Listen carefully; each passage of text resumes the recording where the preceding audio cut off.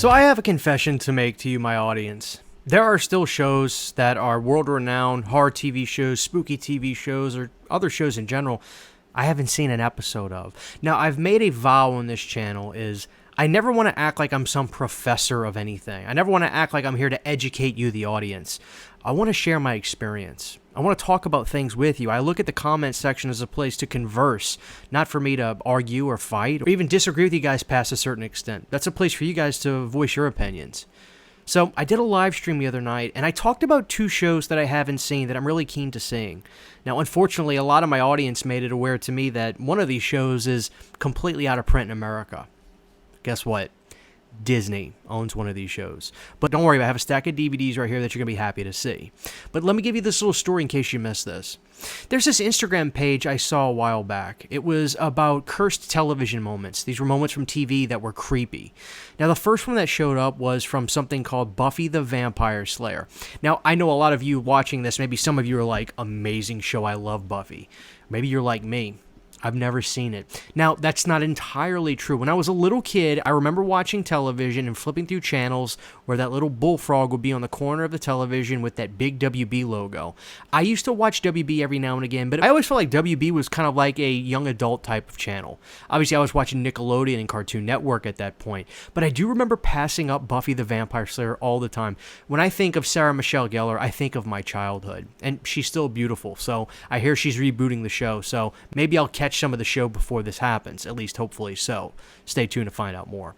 But on this Instagram post, they talked about something that truly got me creeped out. I'm on this page, and it said, during this time, there was an episode of Buffy that premiered on television that was so creepy, people actually called into the station and said, we don't want to see this on TV. It was too creepy. It disturbed my children. The name of that episode is actually slipping me. I think it was called Hush.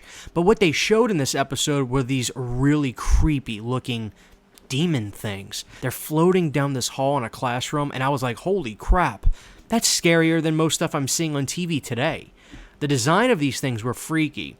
So I actually talked to my audience about this, and they corroborated the story that I watched that when it premiered. So that goes to show you that, you know, sometimes some creepy things for television can slip through the cracks. Pretty damn cool if you ask me. I wanted to start to watch this show. Now, I don't know about you guys, but there's something about television shows, I don't want to stream them. I just don't. For some reason, I don't feel like I'm committing to the show. That's the reason I got through most of Walking Dead. I have a few seasons left to get to, but needless to say, you know, after the guy with the baseball bat shows up, it's only good for so much longer. I'm kind of taking a backseat on Walking Dead. I need a break. But Buffy would be a great show to jump into next. So I go to Goodwill and I happen to find season 1. I grab it off the shelf. I'm so excited. This is a perfect way for me to kickstart my Buffy journey. Before I go to checkout, I just happen to look in that DVD case. I look inside and sure enough, it was missing like 3 out of the 5 discs. I can't buy this. This wouldn't even get me through a half of the season. So I go home all depressed and I decide I'm going to go on eBay to try to find the show. It doesn't really look like the show's in print that much anymore. So, you know, I'm going to hold off on eBay. I want to try to find these seasons at a used DVD store or something. Anyway, so the next day I happen to be on Instagram and I see that same page again post. Now they go to post about a different show that I've heard of my whole life. I've just never watched. As embarrassing as it is to say, the name of that show is The X-Files. Now, a lot of you listening to this are probably like yelling at your TV. How have you not seen The X-Files, Christian? I don't know. I mean, there are certain things that you just kind of don't see. It was one of those shows that was so big, almost just knowing it existed kind of seemed like enough at the time. I never stopped to actually watch it. I knew it existed, The X-Files. It's as synonymous as the name The Twilight Zone. You know what it is. You know, there are certain things that if you're breathing, you know they exist. The X-Files is that show.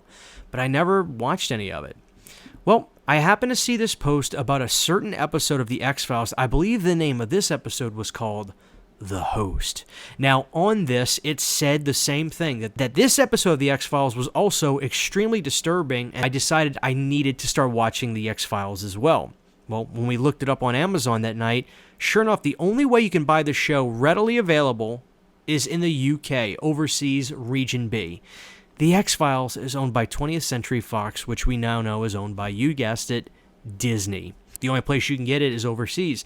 Now, I thought maybe if I bought the set from there, I could see it and watch it in any room in my house. and it would be a Region B format that would play anywhere. But no, there's a lot of people that bought this because they're big fans of the show that said, well, this doesn't work in my American player.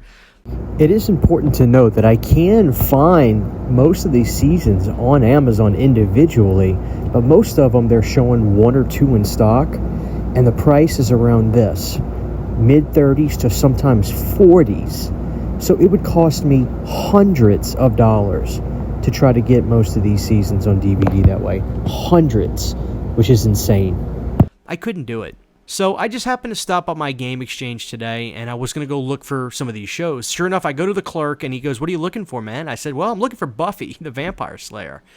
And he goes, oh, man, the fan base for that's gotten really, really big. Somebody came in the other day and swept the house with all of those. We don't have any Buffys left. I just felt so defeated. I really wanted to start that show, and because of the X-Files, there's no way in hell I'm going to get that, so I may as well start with Buffy. Well, I'm going to walk out of there, but I happen to say, you don't have the X-Files, do you? And sure enough, my luck would happen today, because the guy said, actually, some guy dumped off a bunch of TV shows, and he had a bunch of the X-Files. So I got a bunch of seasons, guys. Now, the scary thing he said, I'm missing a few of the earlier seasons, though, but there's a lot of them there. My heart hit the floor because I need to see this episode called The Host. Well, sure enough, I go to look, and the first season that he had available was this chunky box edition of Season 2. And right here, the second episode of Season 2 is The Host. So I got this big edition of The X-Files on DVD. Now, this thing is so big, I can't even get it all in frame. This is just most of it. This isn't even all of it. There are so many discs in here, and I can still open it up this way. Good God. That is a television show on DVD right there. They don't make them like this anymore, ladies and gentlemen. Now, obviously, not every season is packaged like this that I have, but I'm assuming this is like some kind of like initial print special edition. Now, the cool thing is, I bet you that there's actually probably some special features on this that maybe are only available to watch through here. I don't know. But talk about a pretty cool box set for Season 2. This is probably when the show was really getting its stride, and yeah, what a release. The next one I have is right here. This one's Season 3, and I actually really like this packaging for Season 3. And now Season 3 has these skinny DVD cases. The reason I like these is because these cases are bulletproof. They don't break, they don't bend, and they hold the discs really well. Now, I've been told on pretty good authority that, Season 2 and 3, maybe even 4 and 5 are really good, and that I think Season 6 or 7 is where things kind of start to dip off. But the rest of these seasons, and I won't be too long with this, I don't want to bore you guys, but the rest of the seasons come in these DVD cases. And by the way, I paid $55 for all of this. The rest of these seasons come in cases like this, but the beauty is that a lot of these cases, they hold up really well. They were made well. The discs, they don't move around. You can hear it. No discs are falling out. You got to like that. Here is Season 5, and they kind of just changed the color tones of these. But again, no discs are falling out. This is the way DVD shows need to be packaged today. These DVD cases are just built really nice. I'm really hoping that some of you are big fans of this, and you can kind of lead me in the direction of some of the better episodes that I can look forward to. Here's Season 6. Some pretty interesting images. That alien has me really interested in whatever that's about. Season 7 comes right here, and it's in this green case. Yeah, really looking forward to this. Now, people tell me that the show is really more kind of mystery sci-fi than horror, but to me, things that I don't understand or aren't, that are foreign to me, in essence, sci-fi stuff, could be creepy. There's the Terminator from T2. Really cool to see him in there. And look at that. All these discs are holographic, too. I don't know how much these are going for on eBay, but $9.99 used with buy two, get one free is pretty cool. This is Season 9 and, kind of this burnt orange. Now, at this point, I couldn't get Season 10, but he did have Season 11, and I technically got this one for free, so I got it. So I don't have Season 10. I have Season 2, 3, 4, 5, 6, 7, 8, 9, and 11. This one even comes with this. And I think there's movies, the X-File movies that were coming out at the time. But yeah, that's Season 11. I don't know. Maybe a lot of you will say that one's not even any good, but you know, let me know what you guys think about this, man. It's pretty interesting that this show is just out of print. I know it's probably easy to stream, but owning it is the way I want to watch these. I don't want to, I don't want to stream these. I want to own these. I want to have them in my possession. So thank you guys for that kind of a story time and let you guys see some pretty cool pickups I got. Let me know your story with the X-Files or Buffy the Vampire Slayer, and also let me know of a show that's huge that maybe you haven't watched. That way you can confess to something too to make me feel a little bit better. Thank you guys for watching.